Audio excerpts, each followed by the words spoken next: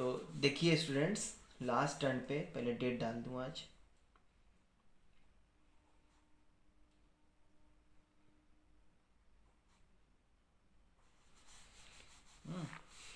Last turn पे हमने कुछ होमवर्क दिया था आपको, तो देखिए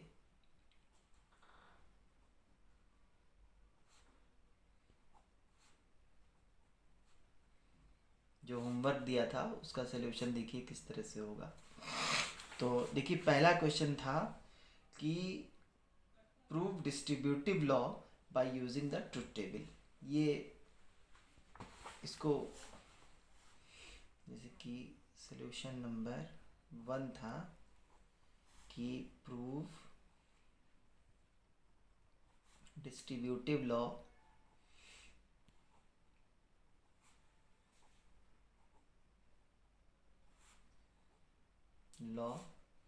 by using truth table।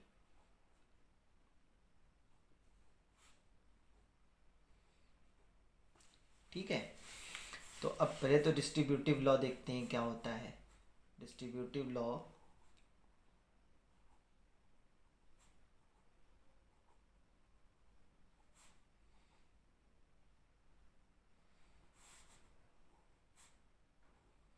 जैसे कि होता है कि x plus Y dot Z is equal to X plus Y और दूसरे ब्रैकेट में x प्लस जेड। अब इसको ट्रूथ टेबल के थ्रू हम लोग प्रूव करेंगे। तो सबसे पहले इसमें नंबर ऑफ़ वेरिएबल्स कितने हैं, 1 2 3, 3 वेरिएबल्स हैं।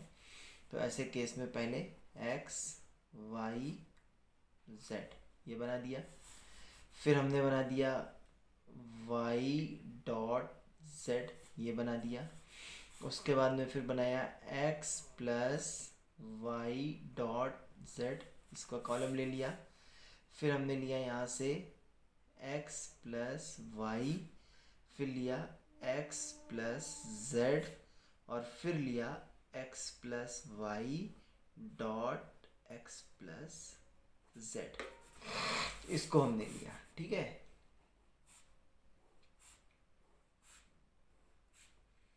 ये हो गया। अब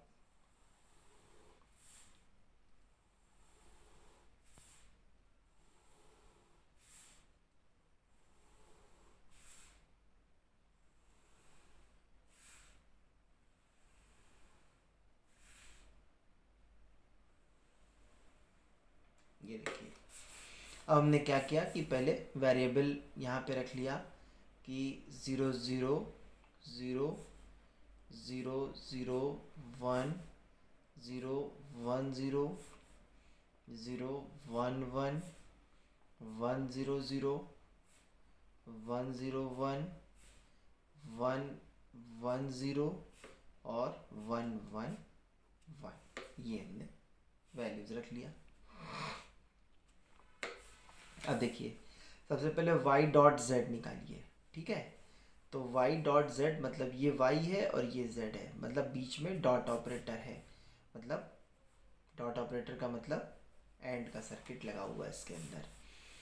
तो अभी यहाँ पे क्या होगा, 0 एंड 0 मतलब 0 डॉट 0 इज इक्वल टू 0। ठीक है, 0 1 इज इक्वल टू 0, 1 0 0 1 1 1 0 0 0 1 0 0 0 और 1, ये निकल आया। अब क्या है कि x plus Y dot Z, ये है आपका y डॉट जेड और ये है x। अब इन दोनों को चेक करिए कि मतलब 0 और 0 इनके बीच में प्लस ऑपरेटर है, तो 0 plus 0 is equal to 0, 0 plus 0 is equal to 0, 0 plus 0 is equal to 0, 0 plus 1 is equal to 1, 1 plus 0 is equal to 1, 1 plus 0 is equal to 1, 1 plus 0 is equal to 1, 1 plus 1 is equal to 1, ये हो गया। ठीक है, अब x plus Y निकालिए, ये है x और ये है y। अब इन दोनों के बीच में देखिए 0, x प्लस है, प्लस ऑपरेटर है मतलब और का सर्किट है, तो 0 प्लस 0 इज इक्वल टू 0। इसके बाद में 0 प्लस 0 इज इक्वल टू 0, फिर 0 प्लस 1 इज इक्वल टू 1। ठीक है, 1 2 3 हो गया। अब क्या है, 0 प्लस 1 इज इक्वल टू 1, फिर 1 प्लस 0 इज इक्वल टू 1। उसके बाद में 1 2 3 4 5, 1 2 3 4 5 यहाँ तक हो गया।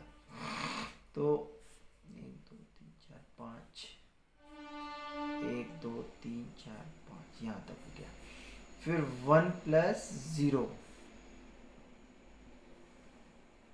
अच्छा 1 प्लस क्या निकालना है, 0, x प्लस वाई निकालना है। ठीक है, 1 प्लस 0 इज इक्वल टू 1।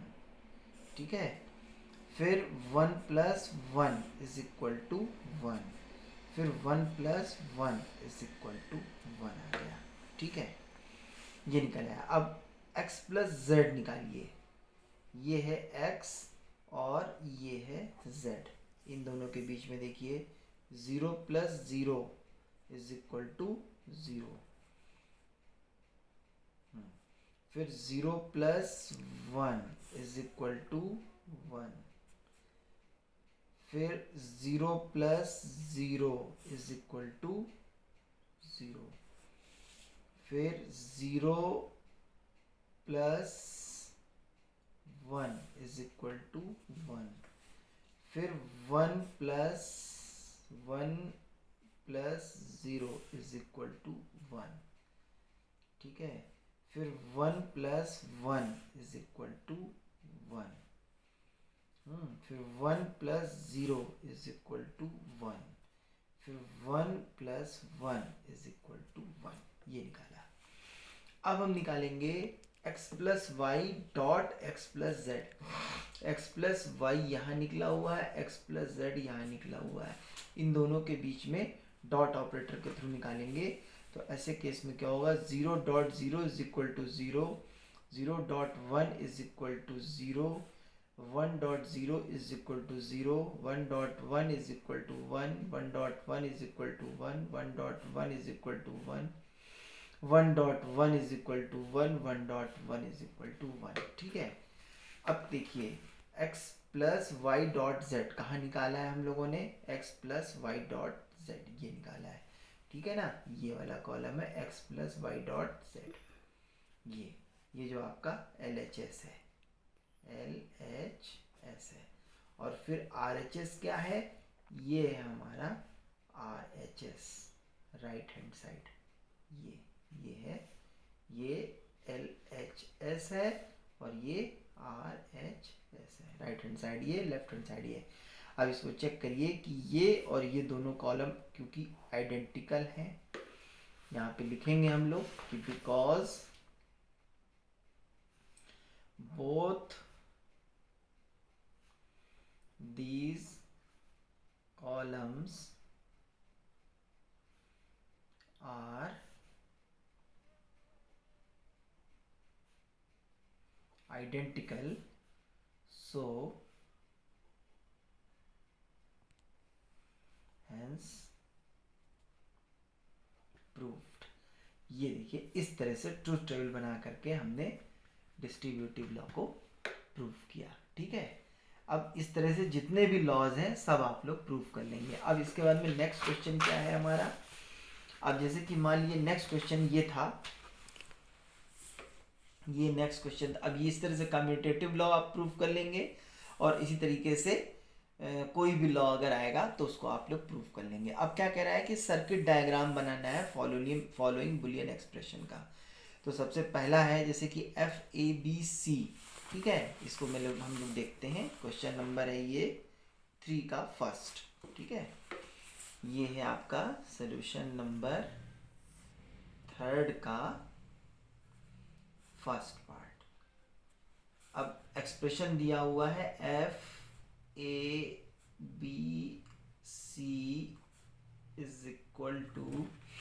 क्या दिया हुआ है, A dot B, A dot B plus A dot C negation plus A dot C negation plus B negation A negation सी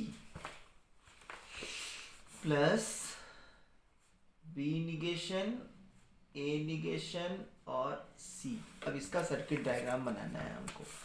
तो अब देखिए, सबसे पहले टोटल नंबर ऑफ वेरिएबल्स कितने हैं, 3 हैं।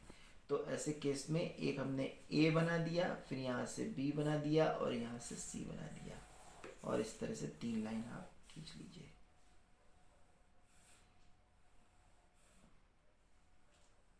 ये इस टाइप से। अब सबसे पहले ए डॉट बी, तो सबसे पहले ए से निकालिए एक ए, और फिर यहाँ से बी से निकाला आपने, और इन दोनों के बीच में कौन सा गेट बना हुआ है, ये एंड गेट बना हुआ है। इन दोनों को एंड के साथ में जोड़ दिया हमने। ये हो गया आपका ए डॉट बी। यहाँ पर ए डॉट बी, ये यहाँ से निकला और ये यहाँ से निकला, ठीक है। फिर कहता है ए डॉट सी निगेशन, तो एक तो आप यहाँ से ए से निकालिए, ये ए से निकाला आया, ठीक है, और फिर सी से निकाल करके उसका नॉट करना है, मतलब निगेशन बनाना है। तो यहाँ से ये उसका निगेशन बन गया, और इन दोनों को मिला करके हमने फिर से एंड गेट के साथ में इन दोनों को जोड़ दिया। ये हो गया आपका क्या, ए डॉट सी निगेशन। फिर कहता है कि बी निगेशन ए निगेशन सी, ठीक है। तो देखिए इसमें क्या होगा कि बी निगेशन, बी से निकालिए और यहाँ से उसका निगेशन बना दीजिए। ये बी निगेशन हो गया, ये बी हुआ और ये बी निगेशन हो गया। फिर ए निगेशन, ए निगेशन में क्या था, यहाँ से लीजिए ये इसको, और यहाँ से ये हो गया ए निगेशन।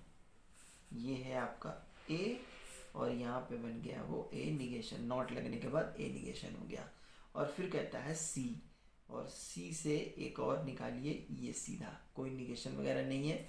और तीनों के बीच में कौन सा गेट लगा हुआ है, एंड गेट लगा है, क्योंकि यहाँ भी डॉट है यहाँ भी डॉट है। अब इन तीनों को आप एंड गेट के साथ में जोड़ दीजिए इस टाइप से, थोड़ा सा।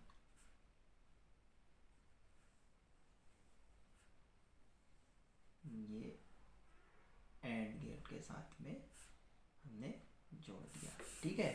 ये हो गया आपका सी, ये है सी, तो ये हो गया, ये है बी निगेशन, ए निगेशन और सी। अब इन तीनों के बीच में कौन सा गेट लगा हुआ है, ये और गेट लगा हुआ है। ये देखिए ये प्लस साइन है ना, तो और गेट है। अब इन तीनों को आप और गेट के साथ में जोड़ दीजिए। इसको लीजिए, इसको थोड़ा सा बढ़ाइए, यहाँ पे ये आ गए, इसको थोड़ा सा और बढ़ा करके यहाँ पे ले आइए, इसको आगे बढ़ा दीजिए थोड़ा सा इस टाइप से, और ये हमने यहाँ पे और गेट बना दिया। ये आपका हो गया, ये फाइनल एक्सप्रेशन मिली आपको। ये जो एक्सप्रेशन है, ये एक्सप्रेशन मिलेगी कि A dot B plus A dot C negation plus B negation A negation और सी, ये इसका सॉल्यूशन होगा। समझ में आ गई बात। अब इसी तरीके से आप इसमें, ये है आपका होमवर्क। अब इसी तरीके से ये दोनों भी आप लोग अपने से, दूसरा वाला भी आप अपने से कर लेंगे।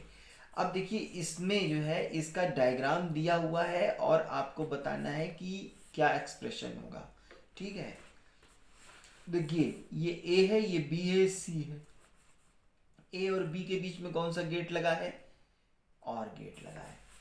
तो यहाँ पे मैं सोल्यूशन इसका लिख रहा हूँ। सोल्यूशन है, ये है आपका क्वेश्चन नंबर 4 का फर्स्ट पार्ट, ठीक है। तो ए और बी के बीच में कौन सा गेट लगा है, और गेट लगा है, तो ये हो गया आपका ए प्लस बी, ये ब्रैकेट में कर दिया इसको, ठीक है। फिर सी से एक गेट और गया है और इन दोनों को किसके साथ जोड़ा गया है, एंड गेट के साथ जोड़ा गया है, मतलब ये डॉट हो गया और ये सी, यही इसका आंसर हो गया, ये इस टाइप से। इसी तरीके से इसमें भी अगर आप चाहें तो देख सकते हैं, देखिए ए है, ए सिंगल चला गया है, फिर बी और सी के बीच में कौन सा गेट है, एंड गेट है।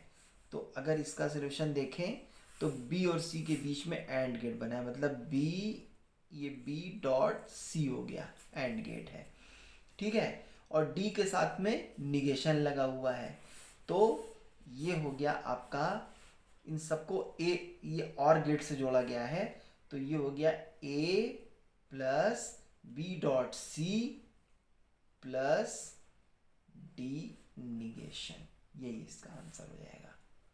ये इस तरह से ये आंसर हो गया।